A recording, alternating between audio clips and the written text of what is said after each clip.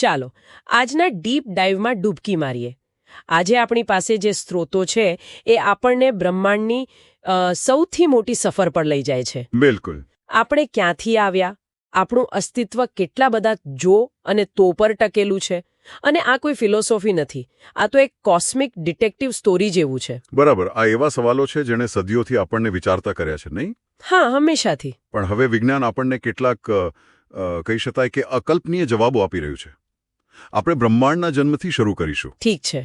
અને પછી એ સવાલ સુધી પહોંચીશું કે શું આટલા વિશાળ બ્રહ્માંડમાં આપણે એકલા છીએ? તો ચાલો શરૂઆતની પણ શરૂઆતથી શરૂ કરીએ. Big bang. આપણે જાણીએ છીએ કે લગભગ 13.8 અબજ વર્ષ પહેલા બધું એક બિંદુમાંથી શરૂ થયું.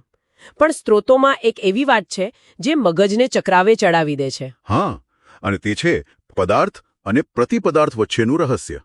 એટલે કે મેટર અને એન્ટીમેટર. ઓકે. બિગ બેંગ પછી બંને લગભગ સમાન પ્રમાણમાં બન્યા. હવે ભૌતિકશાસ્ત્રના નિયમ મુજબ તેમણે એકબીજાનો સંપૂર્ણ નાશ કરી દેવો જોઈતો હતો. એક મિનિટ. એટલે કે જો બધું ગણિત પ્રમાણે ચાલ્યું હોત તો કશું જ ન બચ્યું હોત. કશું જ નહીં. પાછળ માત્ર પ્રકાશ બચવો જોઈતો હતો. કોઈ ગ્રહ નહીં, કોઈ તારા નહીં, આપણે પણ નહીં. આ તો અકલ્પનીય છે. એટલે આપણું હોવું જ એક ભૂલ છે. એમ કહી શકાય. કોઈક અજ્ઞાત કારણોસર દરેક અબજ પ્રતિપદાર્થના કણો માટે 1 અબજ અને 1 પદાર્થનો કણ બન્યો. માત્ર એક જ વધારે. હા, બસ એ જ એક વધારાનો કણ બચી ગયો. એનાથી જ આ આખું બ્રહ્માંડ બન્યું છે.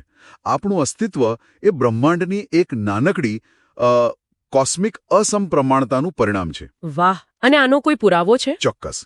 કોસ્મિક માઇક્રોવેવ બેકગ્રાઉન્ડ રેડિયેશન એ બિગ બેંગનો બચેલો પડઘો છે. અદ્ભુત. પણ બ્રહ્માંડનું બનવું એ તો માત્ર પહેલું પગલું હતું, ખરું ને? આપણા સૌરમંડળમાં પણ બધું બરાબર ગોઠવાયું એ પણ જરૂરી હતું. બિલકુલ. અને એમાં બીજા ગ્રહોનો બહુ મોટો ફાળો છે. જેમ કે ગુરુ. જુપિટર. ગુરુ એટલો વિશાળ છે કે તેનું ગુરુત્વાકર્ષણ બળ એક શક્તિશાળી ઢાલ જેવું કામ કરે છે. ઢાલ? કેવી રીતે? તે સૌરમંડળની બહારથી આવતા ખતરનાક ઉલ્કાપિંડો અને ધૂમકેતુઓને પોતાની તરફ ખેંચી લે છે અથવા તેમનો રસ્તો જ બદલી નાખે છે. ઓહ, એટલે એક જાતનો આપણો કોસ્મિક બોડીગાર્ડ છે. બરાબર, એ જ શબ્દ, એક બોડીગાર્ડ.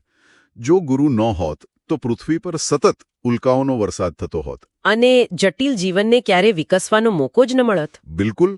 ગુરુએ આપણને કરોડો વર્ષોની શાંતિ આપી અને આ શાંતિમાં જીવનની વાર્તા શરૂ થઈ. એટલે પેલું આદિમ સૂપ? હા, ઓપેરિન હાલ્ડેન પરિકલ્પના. પ્રાચીન પૃથ્વીના સમુદ્રો રસાયણોથી ભરેલા એક સૂપ જેવા હતા. Methane, ammonia.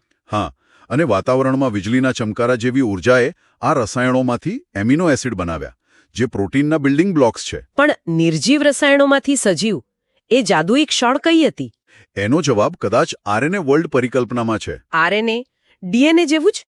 હા, તેનો સંબંધી. આરએનએ પાસે એક અદ્ભુત ક્ષમતા છે. તે ડીએનએની જેમ માહિતી પણ સંગ્રહી શકે છે અને એન્ઝાઇમની જેમ રાસાયણિક પ્રક્રિયાઓ પણ કરાવી શકે છે. એટલે એ એક સાથે 2 કામ કરી શકે છે. બરાબર.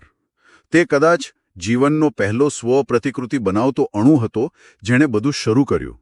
અને પછી તો જીવે પૃથ્વીને જ બદલી રાખી, નહીં? હા, આ સૌથી અગત્યની વાત છે.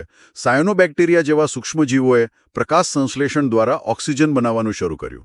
ઓક્સિજન, જે શરૂઆતમાં તો ઝેરી હતો. હા, પણ ધીમે ધીમે તેણે વાતાવરણ બદલી નાખ્યું અને આપણા જેવા જટિલ ઓક્સિજન પર જીવતા જીવો માટે રસ્તો બનાવ્યો.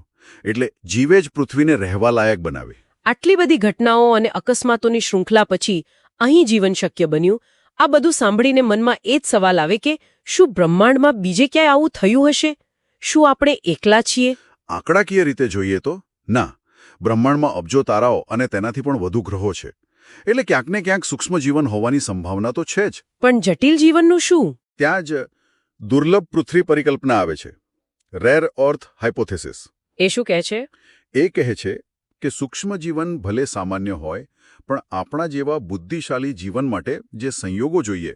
પેલું પદાર્થ પ્રતિપદાર્થનું અસંતુલન, ગુરુ જેવો રક્ષક ગ્રહ, સ્થિર તારો. યોગ્ય અંતર. આ બધું એટલું દુર્લભ છે કે આપણે કદાચ આખા બ્રહ્માંડમાં એકલા હોઈ શકીએ. તો આપણું અસ્તિત્વ એક કોસ્મિક લોટરી જીતવા જેવું છે, જેની ટિકિટ પણ આપણને ખબર નહોતી કે આપણી પાસે છે. આ બધી માહિતીનો સાર શું છે? સાર એ છે કે આપણું અસ્તિત્વ કેટલું અદ્ભુત અને અસંભવિત છે.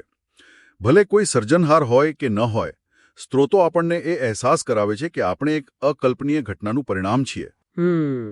આ અંતિમ વિચાર સાથે સમાપ્ત કરીએ. આ બધું જાણીને ક્યારેક એવું લાગે કે બ્રહ્માંડમાં આપણે કેટલા એકલા અને નાના છીએ. અને ક્યારેક એવું લાગે કે આપણે કેટલા ખાસ અને કિંમતી છીએ. કદાચ બંને. અને આ જ સમજણ આપણને શીખવે છે કે પૃથ્વી પરનું આ જીવન કેટલું નાજુક અને સાચવવા જેવું છે.